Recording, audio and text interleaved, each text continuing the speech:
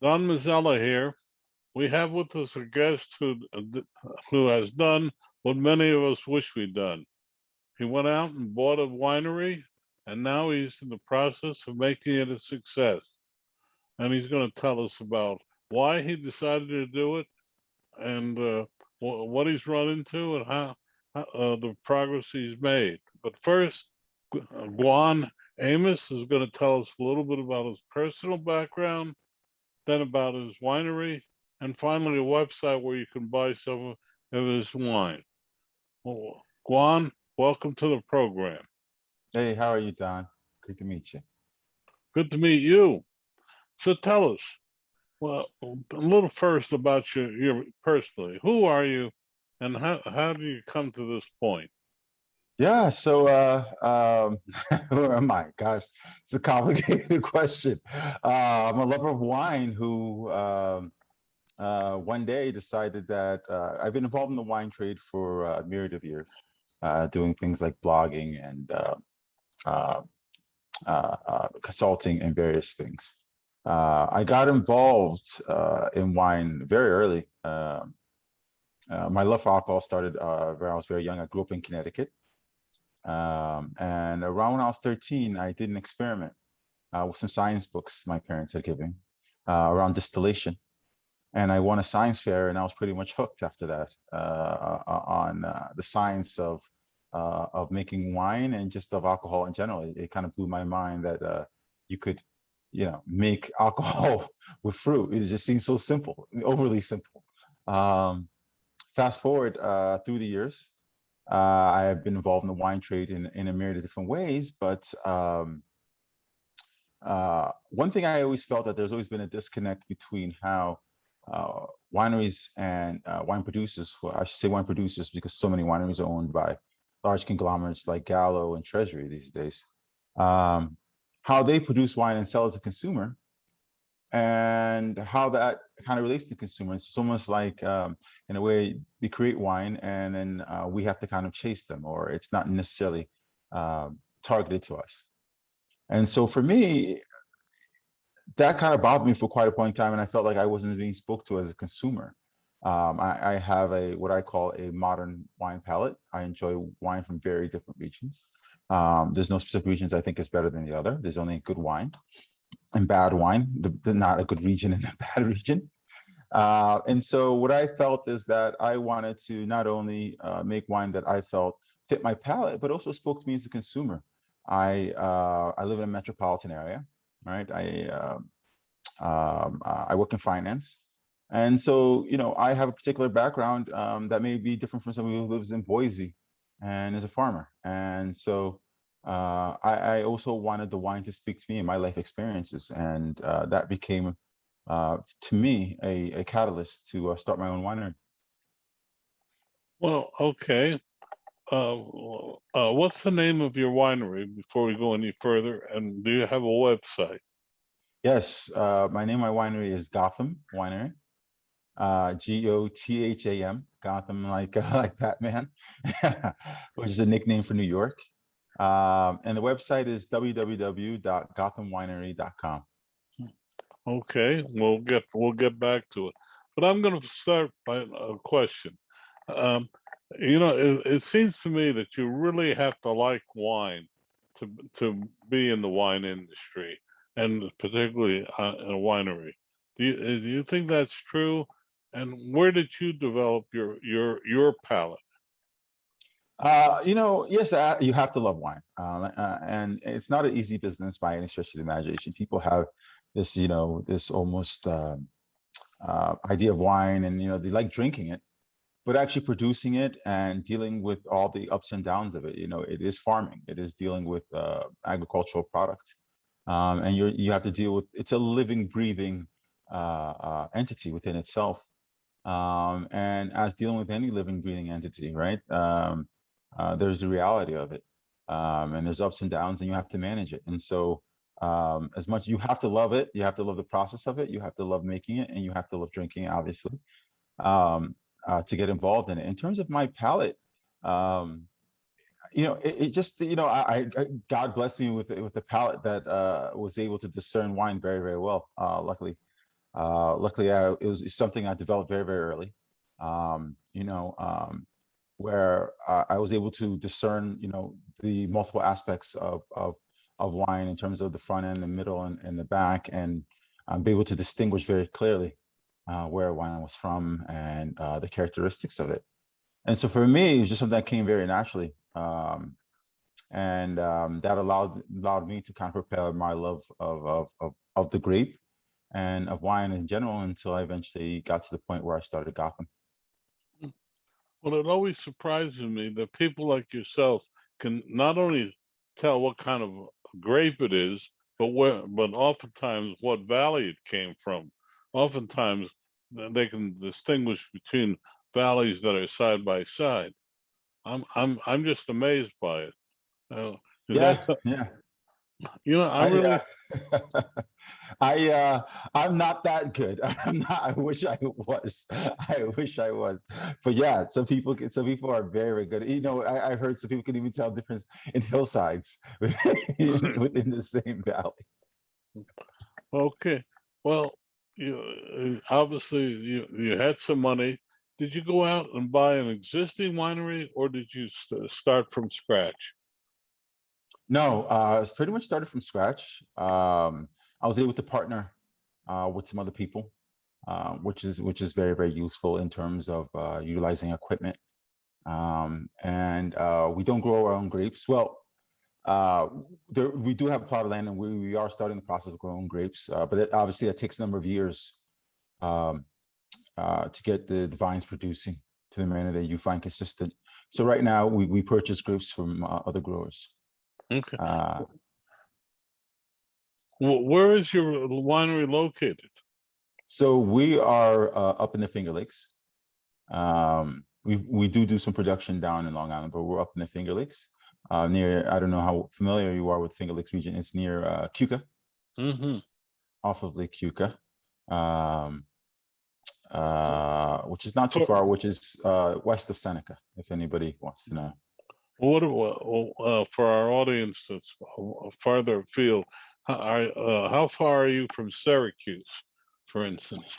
So I would say from Syracuse, Keuka is called an hour and a half, 2 hours, depending. Okay, so you found some land that had strong possibilities, or did you have put your winemaking equipment? Uh, Tell us a little bit about the process that you went through, because that's when I mentioned that you were coming on, people were saying the same thing. Gee, tell us how you started and reached the point that you are now. Well, it's fairly straightforward, I think, um, depending on how you want to go about the process. I was luckily involved in the wine business, so it was very easy for me to link up with those who have done it before and kind of help guide me in terms of what's required. Um, and then you're also able to utilize and rent existing facilities as well, where you need to. And so that helps a lot. But when you're buying from scratch, I mean, you have to understand the winemaking process. So do you need a crusher, destemmer? Do you have to go through all, just understanding what, the certain vats and um, uh, um, barrels and all the things. So it's about what are the things that you need within the wine process. And if you're a home, actually, if you're a home winemaker, you kind of understand the various steps, which aren't necessarily that complicated, but you need the right tools and you need the right care to kind of go through that. So foremost, you need to be able to receive the grapes, right, and hold the grapes, hopefully, preferably at the right temperature. Then you need to crush those grapes. And then you need to house those grapes and begin the fermentation process, right? And at some point, that mash needs to be managed. Now, it depends if you're doing a red or a white. Do you need to separate that mash? And you need the tools to be able to do that. After the fermentation process, obviously you have a filterization process, and you need tools for that. So it's about understanding the basic steps of creating wine, and then if you want to stack and build your own winery, about acquiring the tools to do so. But the hardest part is not actually acquiring the tools to make wine. The hardest part is actually the regulatory aspect. And that becomes something that people don't really understand about wine and the wine trade. The heaviest lift is really on the regulatory front, dealing with your local state board, and obviously dealing with the governmental, the U.S. government, the TTB. There's a number of inspections that are going to have to happen, things like that. Make sure you're housed in a sanitized facility. All those things. Getting through that regulatory hurdle is actually harder than just trying to figure out what equipment do I need and buying that. And so I would say to your listeners, that becomes the real hurdle. Understand not only what is required from you from the federal level, but understand what's involved in your state in terms of being able to be a legitimate winery, and what equipment and what safety precautions, what hygienic precautions and hygienic requirements are needed, and sometimes often what sustainability requirements are needed in terms of water and things like that. Well, back up one step. You crush the grapes and then you put it into either barrels or I assume it starts with barrels, so it ferments so that the alcohol content. Can you explain that a little bit to our audience? Yeah. So, well, there's no tried, and that's the thing. There's no tried and true process for how you want to make wine. Some people, after you crush, some people, depends on what type of wine you want to make at that point. All right? Say if you're making a standard red, so you're going to ferment the juice with its skins, right, and begin what's called the maceration process. And you're going to begin the fermentation process. Now you have to decide how you want to begin that fermentation process. First and foremost, do you want to use wild yeast? Do you want to use yeast that purchased yeast? And then what strain of yeast? So that's one question. But when it comes to actually fermenting, there's myriad of ways. Some people choose, after you crush, you have to figure out the vessel that which you want to ferment. And a number of winemakers will use steel. Some people may use concrete. Some people will use actually barrels, wood barrels, and ferment in the barrel itself. Right. And this is all what makes wine making complicated. There's no right way or wrong way. It's about what way you want to accomplish and get the flavor profile that you want out of your wine. Well, I remember as a young man, my father and my uncle making wine in the cellar, but that was a long time ago and a whole different era. But now, okay, I don't know. How long have you been working with this winery? 2, 3 years, 5 years? 5 years. Oh, well, that's the other part of winemaking. It takes such a long time, and you have to be patient. Are you a patient type of individual? Well, yeah, absolutely. But this is why I mentioned that helping. You can help yourself by linking with other people, so you can utilize equipment, lease equipment, and then also, most importantly, buy grapes from other sources. So those are key ways to fast forward the process before you actually grow your own grapes and things like that. So there's multiple ways to have shortcuts in terms of getting up to speed faster. And that's quite helpful. And I think that's ways the wine business has evolved, is that if you're an entrepreneur, there's definitely ways that you can kind of shortcut the process through structures that have been put in place in the wine industry. The name of your winery again and a website? It's Gotham Winery. And then the website is www.gothamwinery.com. Okay. Well, now, when did you have your first set of first cases in which to sell, and how did you go about selling it? So our first cases to sell were late 2015. And so there's a couple different ways to sell. There's the DTC model, where you sell directly to customers. So we embarked immediately, working online and selling online, advertising, right? But you also, if you you can also go talk to restaurants in your town, and showcase your wine and talk to them about the wine you have, and that becomes a venue for selling as well. So those were our two main strong points for selling, were direct to customer via our website, and then also talking to restaurants. But you got to you got to hustle. It's not easy. You just can't sit there and expect your wine. You have to get out to the restaurants and talk to them and show them your wine, right? And just got to get on the ground and hustle. Okay. What does a bottle of wine sell at a retail level? Your wines. So our wines retail from about $23 to about $35. Mm. So, it's a question. I don't drink, so I can't.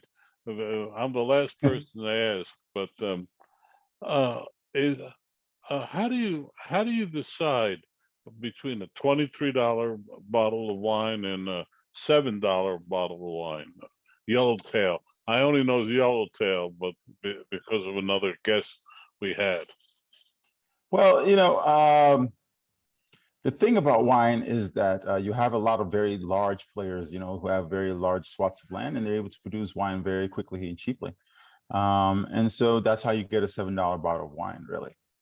There's no winery, small grower who's going to be able to afford, in terms of what goes into making wine, to sell something at that level. And so in terms of quality, you're not going to get the same type of quality. Not, it's in the eye of the beholder, but I would say generally, you start seeing a big quality difference between around $20, above 20, sub 20, in wine. And again, it reflects the quality of the grapes. Often, if there's if you're like we do, we're definitely working, trying to work as sustainably as possible. That's going to be a little more expensive, right? You're not using the pesticides. You're having a little more attention to the land and reusable energy, things like that. Those are going to be a little more expensive, and that's the care that goes into the wine, and you can taste it. And so that's the difference between a $7 bottle of wine, which is just what they call $2 chuck, versus something that's a little bit more care and personalization goes into it, right? It's not it's the personal touch of the winemaker and of the winery. Okay. I guess the next question is, when you go to a bar, do you pour for the wine purchaser? Do you pour the wine? Do you give him him or her, a couple of bottles to try? How do you go about the process? I'm fascinated by it because when I was growing up, wine was never on the table, except in certain ethnic groups. Now today, wine is so common; it's a commodity almost. But how do you get people to try your wine and then stock it, let's say, in the restaurant trade? So that's it's just hustling. So in the restaurant, again, you have to just go to restaurants. Just go to a restaurant. If you want a distributor, call up your local distributors, find out who's distributing your state, your area, call them up and say, hey, say, hey guys, I want to, I have a wine. I would love for you to taste it and see if you would be something interested in distributing. And give them a taste. They may be interested or they may not. There's no. I wish there was there was an easy way to do it. But if you want to be in the wine trade, and you're starting your own winery, you're going to have to get out there and hustle. There's no easy answer. I wish there was, but there isn't. Even if you want to sell online, you're going to have to grow a name for yourself. You're going to have to advertise, all those things. But there's no escaping the human contact and the human interest aspect of getting out there. And with your local, your best is always going to be your local community, talking to those people and getting them to have interest in your wine. Well, we've attended several wine events before the pandemic. There used to be regular the wines of Spain, the wines of Italy events. And I'm sure you attended them as well. But right now, with the pandemic as it is, there's no concentrated, as I can see it, there's no concentrated events right now to market wine. Is there, or are we wrong about that? No, there's definitely been a drop off, obviously, with the pandemic in terms of events, but it all depends. Again, in terms of building for a small winery like my own, your best, but I'm not selling wine in Idaho. I'm not that big. We produce about 1,500 cases a year. So for me, it becomes about local connections and working with my community to sell my wine. If you're a larger producer, you have these big foreign producers who come here. They need those shows, right? Because they need to talk to local people and they need to pump thousands of cases of wine a year. If they make 20,000, 80,000, whatever, 100,000 cases of wine a year in some of these places, you need those things. For me, that is not the venue by which I sell my wine. So it doesn't really affect me in that sense. Well, we have just a couple of minutes left. We're talking with Kwan Amos. Qual Amos. What? Say it Qual. again. Qual. It's like wow with the Quam. K. Okay. Qual. Kwan Amos. We have just a couple of minutes left. What would you like to say to our audience today? Just that, if you love wine, make sure you support your local wineries. That's the key. Local wine is a labor of love, and we definitely need your support. Again, Gotham Winery, Gotham like Batman. GothamWinery.com is my website. Check it out. Feel free to stop by, and if you see anything you like, take a purchase. But definitely support your local wineries and local business in general, especially in this time where everybody can use a little more support. Well, do you have a winery shop right in the Finger Lakes area? No, I do not. So you have to buy online. Okay, all right. We will. We will, especially for our next time. We have to bring a bottle of wine. But That sounds we like a thank plan. you so much for joining us today. It's been a real pleasure. And Absolutely, Don.